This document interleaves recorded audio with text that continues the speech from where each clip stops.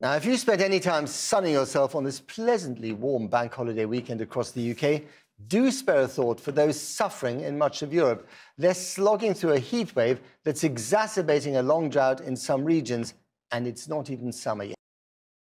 April is now the cruelest month across southern Europe. A season famous for ambush by shower has brought the kind of drought and parched landscapes one expects at the end of a long, hot summer. In Spain, this scorching summer heat in spring has broken the April heat record and left large areas of the countryside dry and starved of water.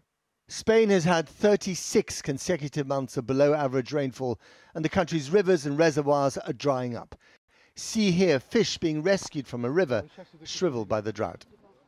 In Italy, their largest river, the Po, is already as low as it was last summer.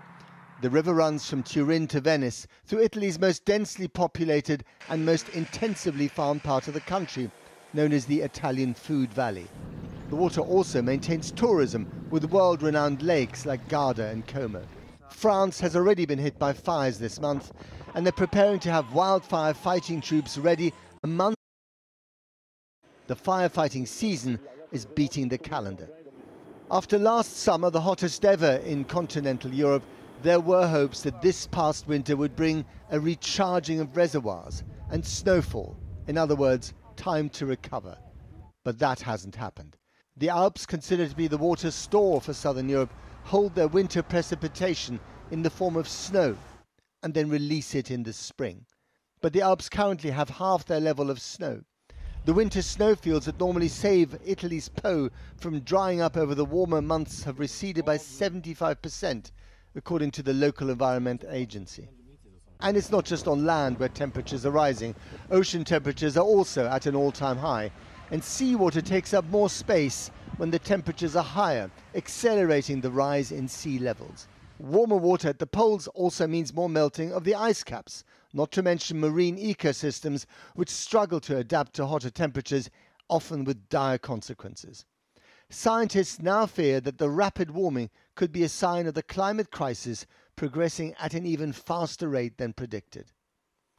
Back on land, as climate change fuels more extreme weather, longer, harsher droughts and heat waves, crops are threatened, as are the millions who depend on Europe's agriculture for food and for a living. Well, joining me now from Norwich is environmental economist Dr. Matthew Agarwala. Thank you very much for coming back on the programme. I mean, I don't know if you saw those pictures just now in the piece that I did. They are really quite devastating. And when you remember what we all went through last summer, does it surprise you that we're not more alarmed at the moment? I think there's a sense of cognitive dissonance. In some ways, people are alarmed. We have seen some of the largest climate protests in history in the past couple of years. The issue is that this alarm isn't good enough. We cannot sequester carbon emissions with crisis and panic. We have to do it through changes in policy and changes in behavior of governments, of business, and of people. Is the danger then that the pictures are so devastating, that we're so miserable about this, that we feel defeatist? There's a fatalism here. We do see that in some corners, but we have no choice. And the economics is absolutely clear. This will be cheaper to address and more efficient and more effective to address the sooner we get started. And there's no question. Right, go, sorry, finish your sentence, please. Sorry. There's no question that the climate is changing and that it is changing because of human activity. The only question is how we are going to decarbonize the economy. We can do it by design with deliberate policies enacted early, or we can decarbonize by disaster in responses to catastrophic events like this heat wave. Because we also know that every fraction of a degree, right, that we tackle will make a huge difference. Absolutely. These extreme temperatures are not just occurring here in Europe, they're also occurring everywhere else in the world. And half of the world's population relies on the rice crop for a significant portion of its nutrition.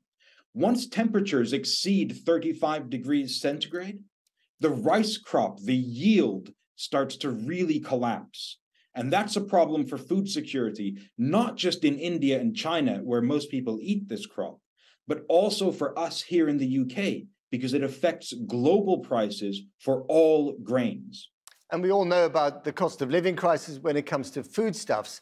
Would you say that what we're seeing right now in terms of the prolonged drought in Europe is having a more devastating effect on the economy and on food supplies than the war in Ukraine? It would be difficult for me to say that it's having more of an effect at this precise moment. The war in Ukraine has driven up energy prices and has taken vast swathes of land that are normally dedicated to grain production out of production. The increase in energy prices increases the cost of fertilizers, which affects all other agricultural production as well. But what is absolutely clear is that even in the absence of Russia's invasion of Ukraine, we would still be facing a climate crisis that is affecting crop yields and food prices around the world.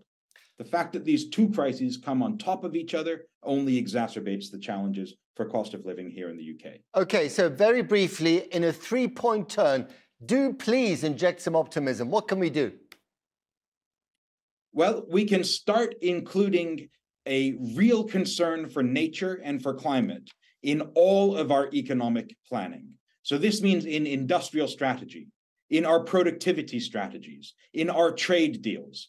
We can take action on the points set out by the People's Plan for Nature here in the UK, the first such globally Citizens' Assembly for Nature. There are direct actionable points set out in that plan. Right. We should take heed of that here. Okay. Thank you very much, Dr. Matthew Agarwala. Thank you very much indeed.